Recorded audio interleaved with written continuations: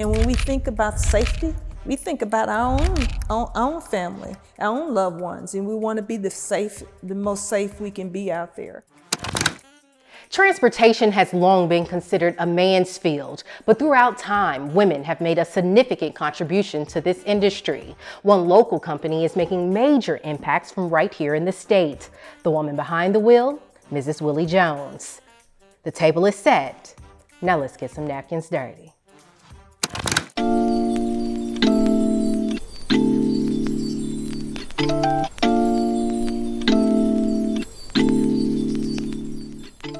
I'm Dr. Jarek W. Rose. I'm the owner and founder of Lour Kitchen and Bar, which is a French Americano bistro located in Jackson, Mississippi in the Highland Village Shopping Center.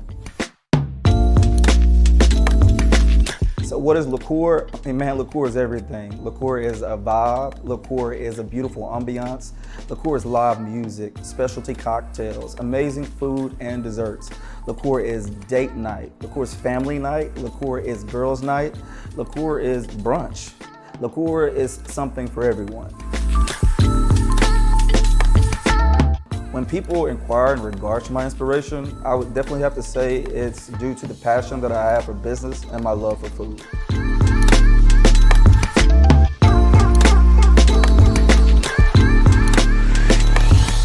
From our portobello fries to our seafood saffron chowder, our fried lobster roll, or our macarons, which could be paired with a specially curated cocktail or an amazing French wine from our extensive wine list.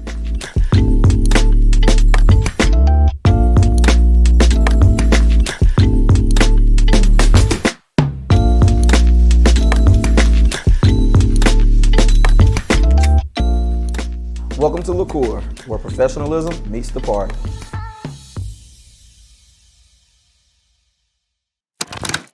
Well, welcome and thank you for joining us here at Dirty Napkins. Thank you so much for having me today. Well, how are you? I'm doing wonderful, wonderful. Awesome. Well, of course, we are excited to have you here, excited to learn more about who you are and what you do. And, you know, you have made such great strides in the transportation world.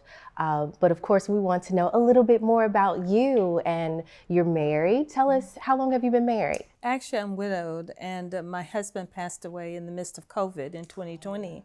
But we were married over 29 years, had an amazing life together. Wow. Yeah. Wow.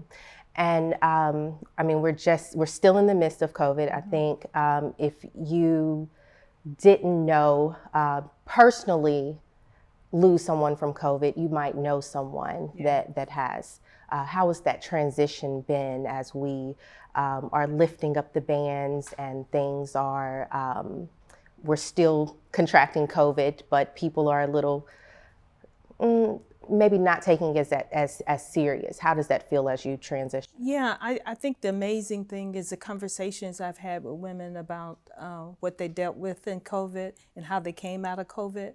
Of course, it was very personal for me because I lost my husband in COVID, but he had some health issues before. So I think COVID probably allowed us an opportunity to make a good transition for him. Of course, you know, we were in the midst of COVID. We couldn't have the traditional ceremonies that we normally had, so we had to tweak that. So there was a lot of different challenges that came out of it. But also it was a great time because it gave me the slowdown time to reflect. You know, everybody was shut down. We slowed down, of course, at our Workforce Development Center. So it gave me that space to really be able to take the time to be able to not only just mourn him, but also celebrate him and who he was. And he was an amazing individual. We had an amazing life. And right here in the city of Jackson, where we raised our kids and our grandkids. So it was not a sad experience. You know, I think anytime you have something good, you want to hold on to it forever. But we had a great life, and we were just extremely blessed, not only to have each other and the life that we had together, but our family, our friends, and the work that we had here together here in the city of Jackson. So no sadness about it, but we definitely celebrate him in his life. That is awesome. And how many children do you all have? My husband and I together have 2 children and 5 grandkids. Wow. Yeah, 5 grandkids. Wow. Yeah, for sure. So I know life is different from transitioning from the kiddos to the grandkids. And so what are your favorite things to do with the grandbabies? Oh my gosh. I think I always say with parents that grandkids are that blessing that God give us after we've dealt with our kids, you know. But I do a lot of things. I'm an avid golfer, so they one thing my husband gave not only me, but he gave my grandkids is the love of golf. Wow. And so we get to play golf together. Right now we're doing biking together. We like to travel a lot together. Several of them are boys. So that's always unique, dealing with growing African-American boys. So that's always a wonderful, wonderful experience. And actually, one of my grandkids right now is working as an intern for the first time in my business. So that's been a whole great experience. He has loved it. He's been wonderful at it. And so we do a lot of great things together. Family is huge for us.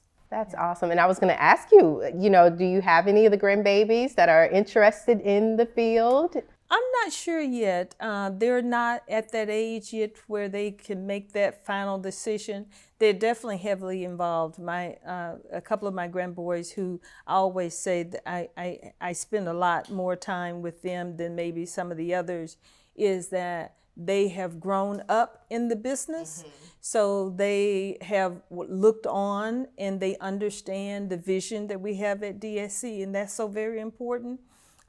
They understand what it means to me and my work means to me and how important that is. They've learned to definitely have respect for the work, be able to understand the work. I recently was walked in on one of my 16-year-old grandsons was sharing the work with somebody else in the room. I said, oh my, he did a wonderful job, So he did well. I mean, it is a great opportunity. There's a lot of opportunities. I think one thing that I'm happy about is they learn entrepreneurship. They learn what it takes to run a business, and not just the glory of it, but also the challenges around business. And it's important, whether they decide to go in business themselves or in some other type of career, they need to understand what it means to run a business, to be part of a community that grows business and part of economic development. So they learn all of that, being there with us. And I'm pretty tough on them, just like everybody else, so it's not a plaything for them. My grandson, who's interning, takes extremely serious, and we did a whole interview process, application process, the whole thing. And I was so pleased with him because he was incredible during the interview process, understanding how to answer the questions, looking in my face, and being able to be very thorough in his responses to me, and really being able to share what he thought he brought to DSC. And so I'm excited about that. And I'm working, and we can talk about that later too, about how do we do that even with more young people. Young people need to understand what it means to interview, what employer expectations are, and what leadership means. What does employers expect of me, and how can I use my talent to really transform that particular company? And so I'm working on that a lot with young people now, because when we think about the future of work, we really have to get our young people ready for the future of work, which is very, very different post-COVID. I think it's very powerful too that he's able to see and not just walk in and have it, but he went through the process, and that can be very powerful for him, especially later on in life. How important is it to you that kids are able to see someone in their life that has some sort of entrepreneurial experience? It's extremely important when we're talking about creating wealth in the communities of color, and even just empowering communities and young people to really live their dreams, to really take their talent, and what does it take? You know, a lot of times we've had a lot of courses, and a lot of people are giving training around entrepreneurship development, business development. But I always say skill development is what's mostly important, because it doesn't matter what type of business you run, it's the skills that you bring to the table that strengthens your work, that make sure that when something isn't working, you got a plan B. you know. And really it's business development or labor management or HR. You need to be able to have multi-skills to be able to understand and be successful at what you do. And sometimes you don't know early on when you're younger really what your dreams are, really what you're good at. And so honing your skills when you're younger, making sure that you have diversity in those skills. To me, I think when I talk to parents all the time, and when they're asking me about, well, how do I what do I share with my young person? I say to them is they need to get skills. They need to upskill themselves on whatever. Even if they want to be an accountant, they need to know how to do something else. And they need to be good at it. They need to do the research. They need to be experts in their particular field. And how do they do that? How do you put them in a position to see more, to do more, to hone those skills? I think awareness is the big deal. Right now, even we're going into high schools. We have a new program called Next Gen Trucking, where we're going inside of high schools. We started at Provine here in Jackson and in one other high school. But our goal is to bring a career awareness and skill awareness to kids. Now, our focus is trucking, you know, because they need to understand how to get how does the freight get to a store? You know, when they get to Walmart, it just doesn't appear one day. How does a product get from point A to point B? And along the way, there's all types of careers and opportunities. I mean, that freight gets off that ship, it goes onto the train, and then it gets onto that 18-wheeler truck. Along the way, there's all types of crew. There's somebody who's managing that ship. There's somebody who's managing logistics, getting from one place to the other. So there's lots of opportunities there that many of our children don't get access to. So we're providing Next Gen Trucking program to not only teaching about transportation and what's involved to move freight and logistics, but also we're bringing together other careers that they can just begin to think about. So when we think about that awareness piece and diversity, that's what kids need to know, because most kids, they hear about being a doctor, a lawyer, or all those other things. The other piece is certifications. That's a big deal now, is getting certified in different skills. You know, you may be a master carpenter, but you need to know how to do something else also. Also, I'm saying when it comes to young women, we need to make sure that there are no borders, there are no boundaries that they can't cross. If they want to be a plumber, if they want to be, own their own construction company, we need to provide that clear pathway. And that's the big deal, is that clear pathway. Not just talk about it, but what does it take to do? What do I need to know to get to that clear pathway to that other side?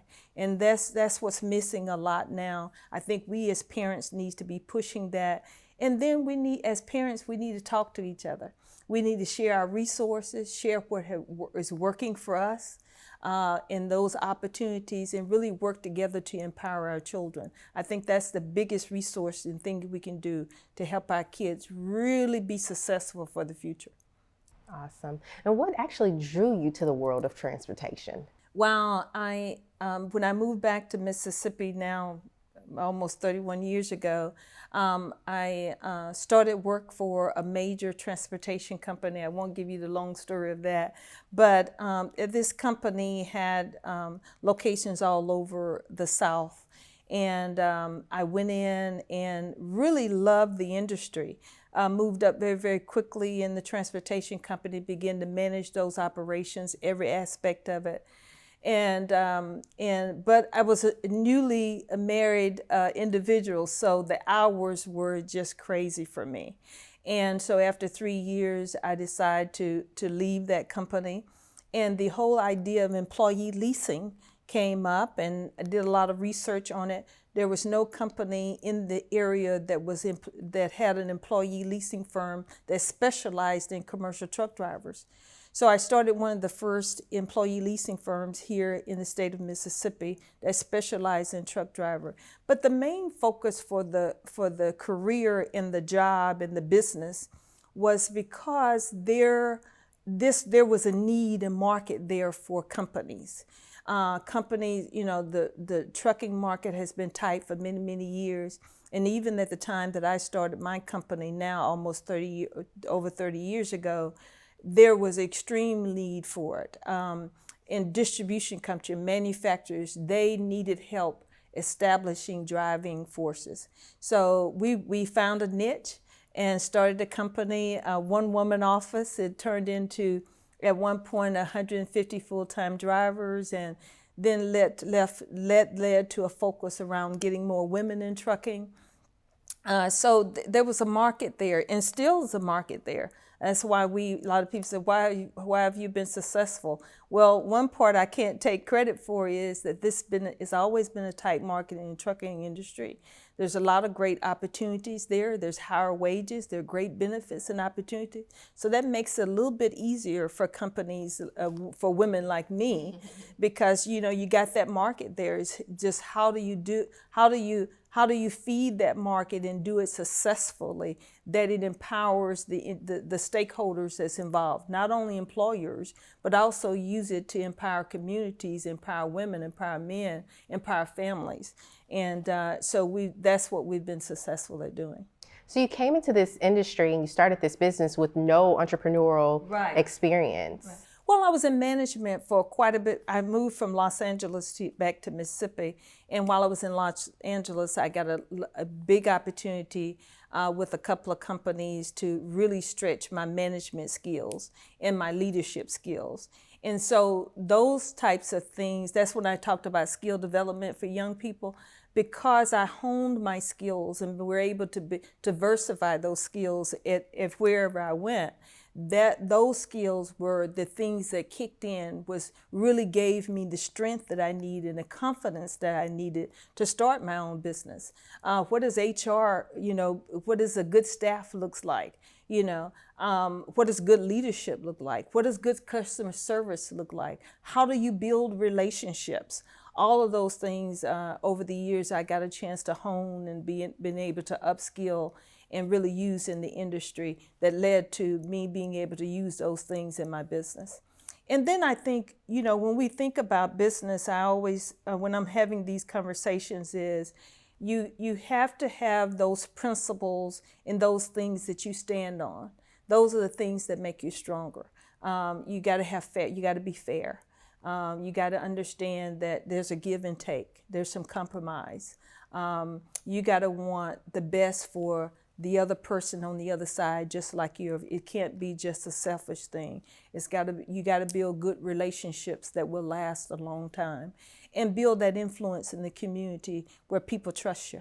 And so those are kind of things that are important too. How did you pull yourself out? I mean, 30 years, of course, there's been ups and downs and great times, bad times. How did you pull on those resources to get yourselves out of those moments?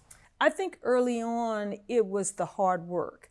I grew up as a Southern girl, and my mom always modeled for us that if you gave 150%, you were going to get 150% back.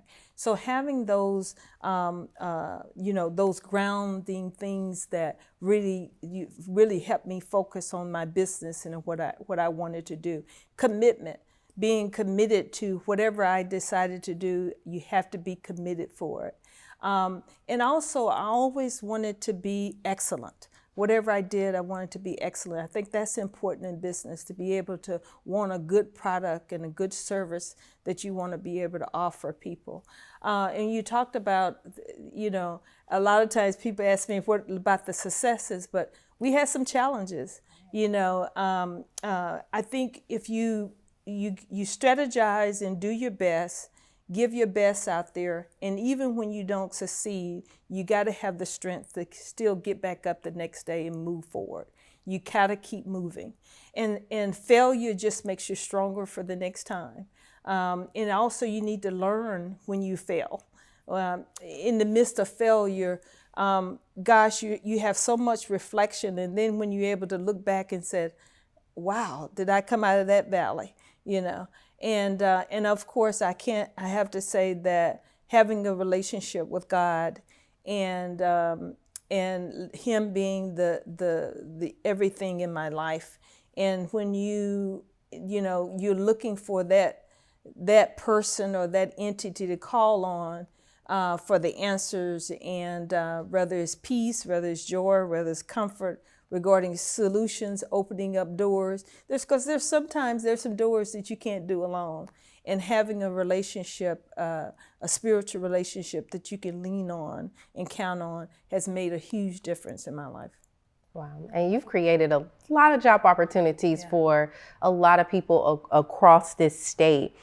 Tell me more about that and how this has impacted not just companies here in Mississippi, but across the nation. I think one of the things that evolved in my work is the advocacy work that I do, and how I've been able to use workforce to really transform the lives of communities. And I think for me, business and economic development and advocacy work and love of community, support of community, uplift of community has to go hand in hand when we say, is my business successful? Because when we think about the workforce opportunities that we have, we were also very strategic and said we want to put both men and women in higher paying jobs. Not just jobs, higher paying jobs. So that was an evolution for us too. At one point we had a home health agency that it became a challenge because we was like, women were getting paid under $10 an hour. Women in this state, in this country, cannot survive on that. Nobody can survive on that anymore. So we began to talk to women about non-traditional careers, because that's where the money was. And also our work is data driven. So when we look at the data, the Department of Labor says that women should be making $35,000 a year or more just to keep herself out of poverty if she's leading her family. Then we know we have to target those jobs that would offer that. And how do we provide that clear pathway for women to make that happen? And transportation provides that. I mean, our graduates through our program, they get started paying $50,000. They start at $50,000 a year. They get great benefits and opportunities. It's really transformative. But for women, women have some extra challenges. We're usually one who caring for the kids. So it's not like she can pop up and be on the road, a week at a time. So we have to provide those wraparound services for her in order to be successful. Even those opportunities and supports for her during the training period. Even though our training period of 4 weeks, most women say, I can't take off work for 4 weeks. 4 weeks, that's rent, So providing those opportunities, but in the end, connecting those higher paying jobs to women to be successful. Now, everybody can't be a truck driver. Truck driver is serious business. You're hauling 80,000 pounds of trouble if you're not safe. And so it's not for everybody. It's a very serious job. I think one of the things we saw in the midst of COVID, that truck drivers was the most essential employees out there on the road. I mean, during COVID, there were truck stops all over this country that were shut down. So drivers couldn't even go into restrooms. They couldn't even stop and go get a donut and coffee, but they still had to make those wheels roll because the Dollar Tree stores had to be stocked, Walmart had to be stocked, vaccines had to be delivered, medical supplies had to get to hospitals because folks was in COVID. So they became they always were our most essential employees, but people become to know them as the essential workers that they were. And I'm saying to women, these are proud careers that you should be happy for. But not only we're talking to women about trucking, we say there's a lot of non-traditional careers. Believe it or not, tech jobs are non-traditional for women because of the low participation rate nationally. And so we're doing advocacy work where we're talking to women to make sure that they understand what the opportunities are. And again, what is the clear pathway to those opportunities? Where is the workforce training available? How do we connect women to those workforce training dollars? So it's been a great experience at DSC. First quarter last year, women's participation rate was 35% of our enrollment at DSC. And we were so proud of that because on a national level, it's been 14%, and Lour on a national level with women being in this industry. So to be able to have those numbers that are triple what the national average is, we consider that real success for DSE. Absolutely. Well, I'm looking forward to diving more into this and more into women and transportation and really taking over this industry, if you will. So, but we're going to take a quick break and we'll be right back.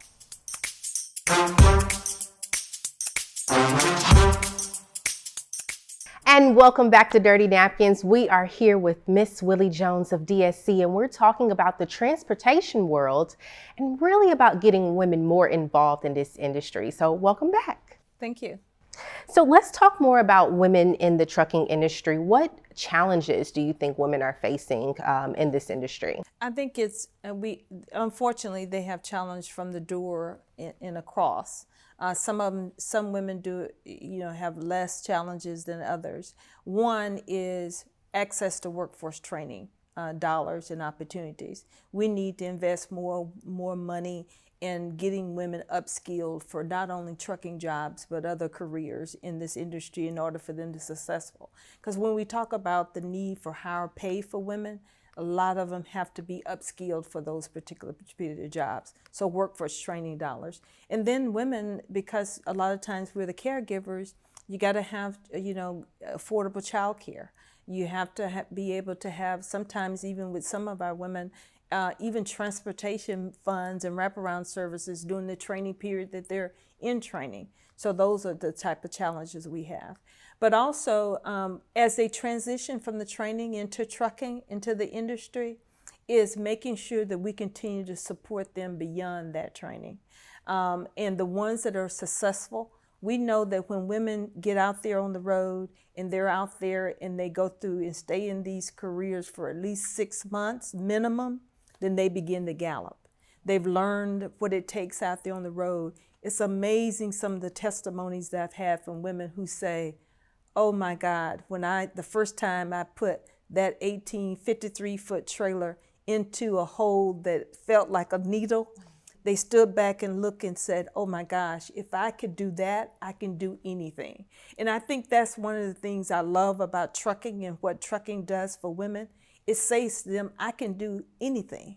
And because the money that's involved and the benefits and the opportunities that's in trucking, I say to women, after 3 years, if you do things right and work hard, you could really come home and sit down and say, I'm going to do something else.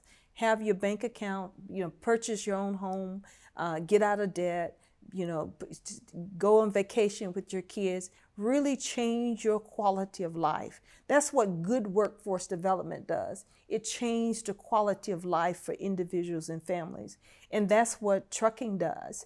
And when I talked earlier about the challenges in trucking and the need for employers and motor carriers, they need women. A head of the American Trucking Association, when he listed the top 3 things that would change and help expand the need and insufficiency of truck drivers in the market, women were one of the top 3. We need to hire more women. We need to hire more experienced women to do that. And I understand that there are companies actually advocating to bring on more women. They want more women truck drivers. Yes, they're making a lot more accommodations for women. They're really putting some structures in place so they can hold on to the women when they get them. They're really teaching their fleet manager and dispatchers, how do you work with women? How do we get them more home time? And I have some companies that will pay 4 years full ride on a 4-year degree, which they can do while they're out there on the road. They can do it online. So while they're trucking, when they get off in the evening, they provide laptops for them, so they can do their 4-year degrees right on, with their laptops while they're out there on the road. There's a lot of incentives and benefits. I have one motor carrier that pays an extra $200 a week to women while they're on the road if they agree to go OTR. So there's a lot of benefits, a lot of opportunities. There's scholarships that are available for women. There's sponsored training available for women. So there's a lot of opportunities, and trucking companies and the industry are saying, we want more women, and not only we want you, but we're going to be laying out the runway for you to come and work with us. Now, I'm understanding that the women drivers may be a little better. Oh my gosh. Are they thinking the women drivers are more responsible when it comes Well, to being behind the wheel? Yeah, in trucking, there's a lot of paperwork that's involved for the truck driver. You got to be committed. You got to be dependable. You got to have great communication skills. You got to be calm.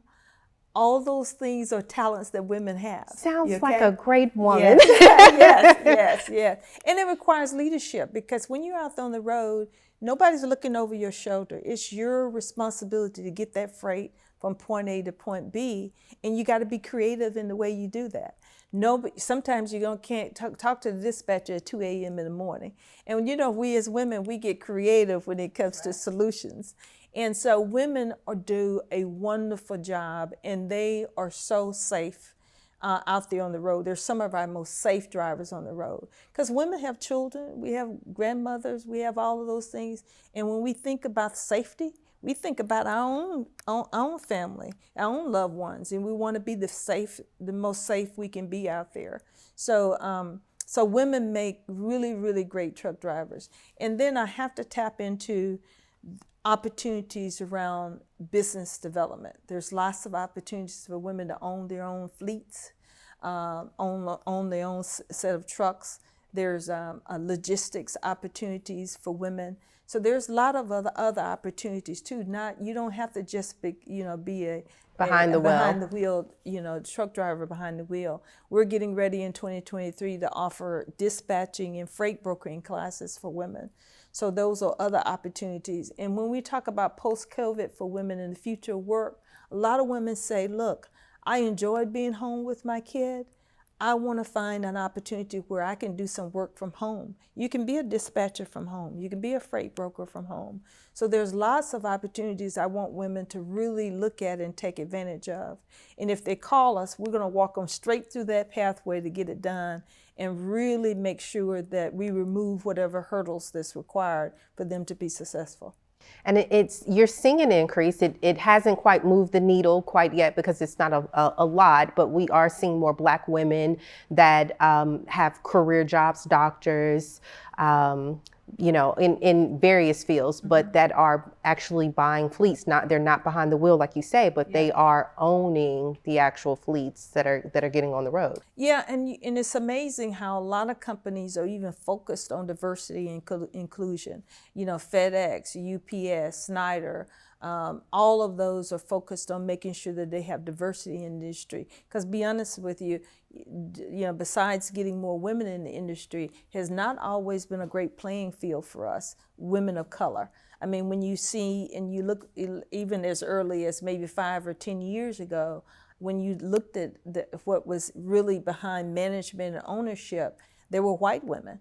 But you're seeing more women of color really breaking those barriers and finding those opportunities, so that we'll have more diversity in this industry. And I think motor carriers and our transportation companies are understanding now that they have to have that diversity, because that's the world we live in now.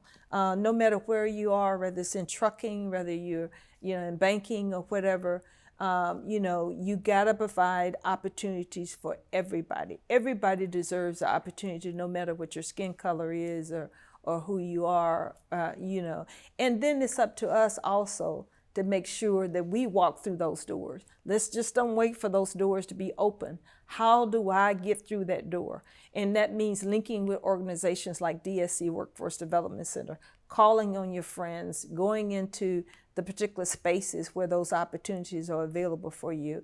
And then we have to advocate for those opportunities. I talked about more workforce training dollars. We get a lot of workforce training dollars in this state.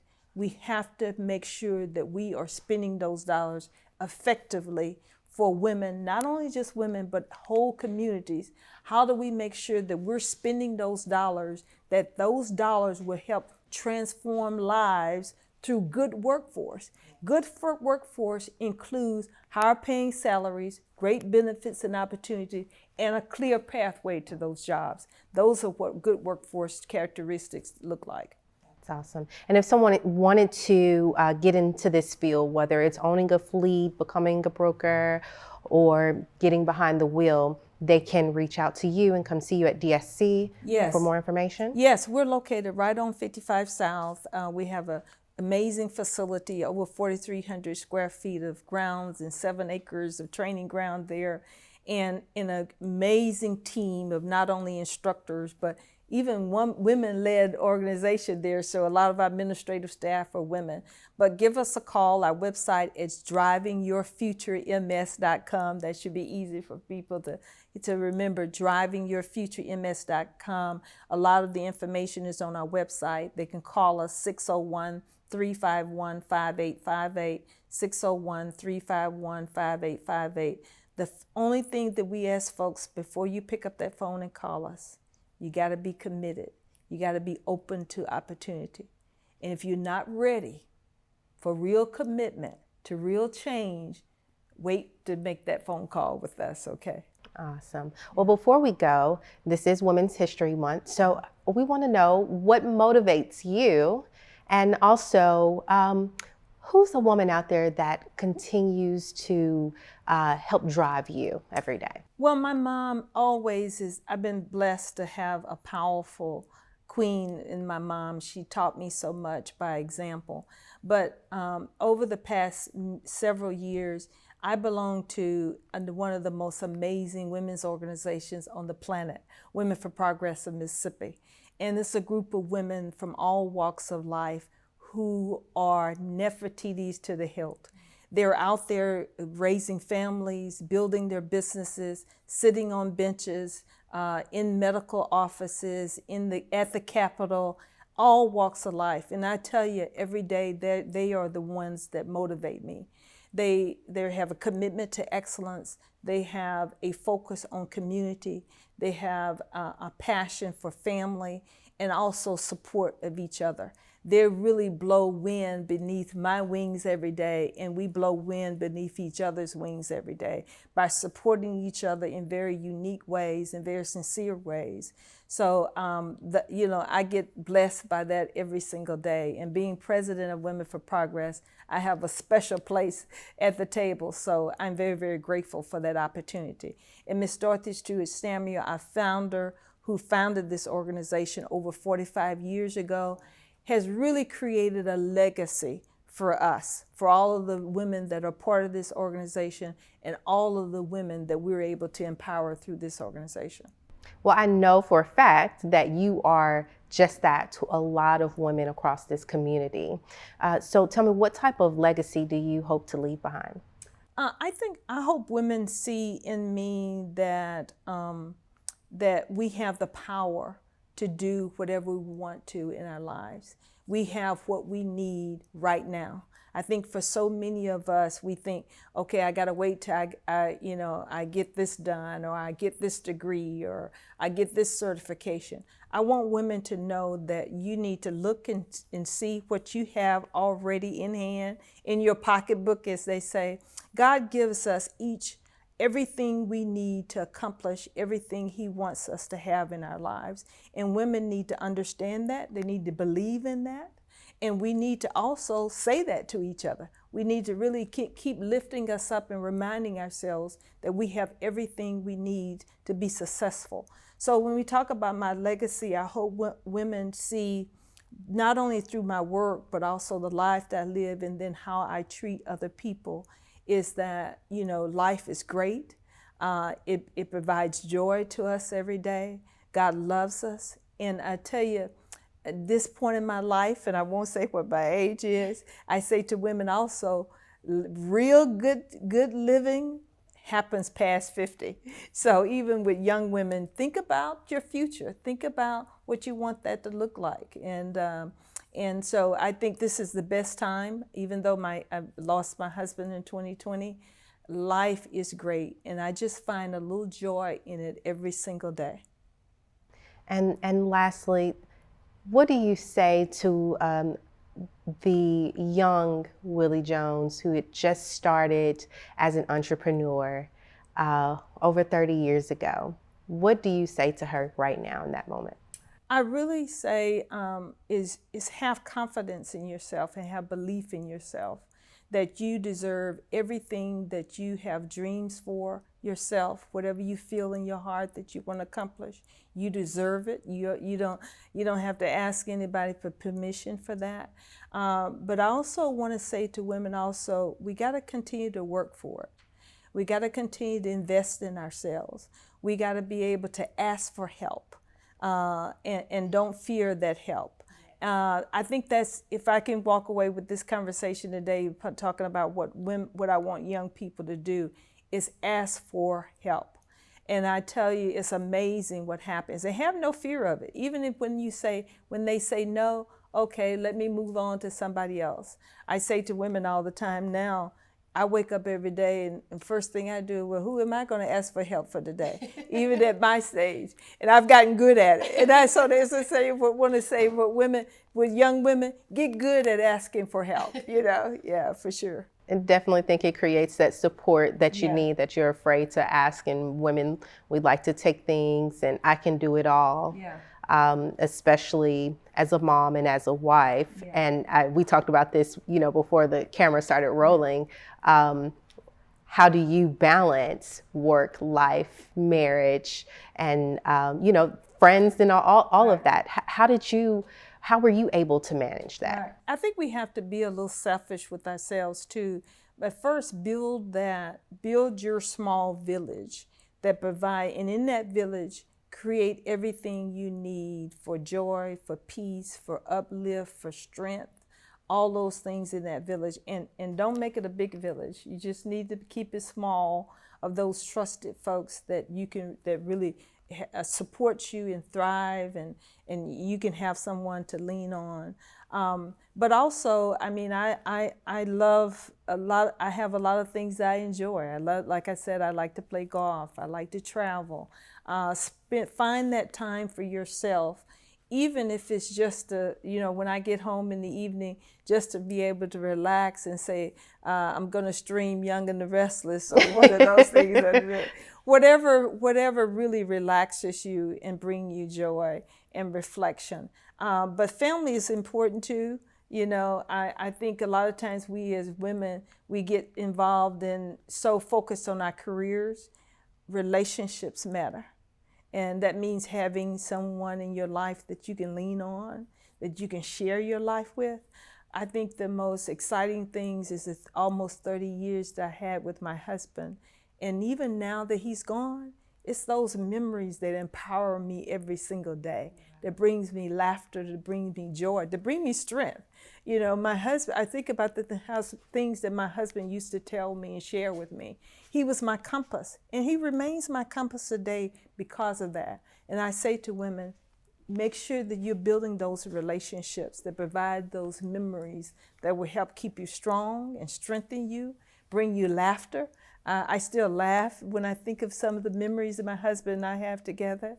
And so just make sure that you're building those strong relationships, because they really will help sustain you in the most toughest of times. Awesome. Well, thank you so much for joining us today. This has been a very insightful conversation, especially in terms of women and the transportation world. Thank you. Thank you for having me today. Thank you so much.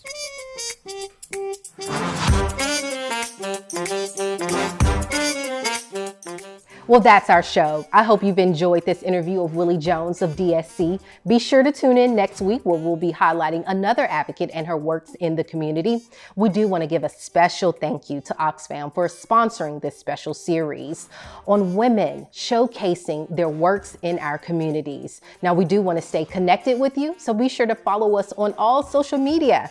That's at Dirty Napkins. You see it down there, at Dirty Napkins. All right, guys, I'll see you next time. It's your host, Laura Nicole.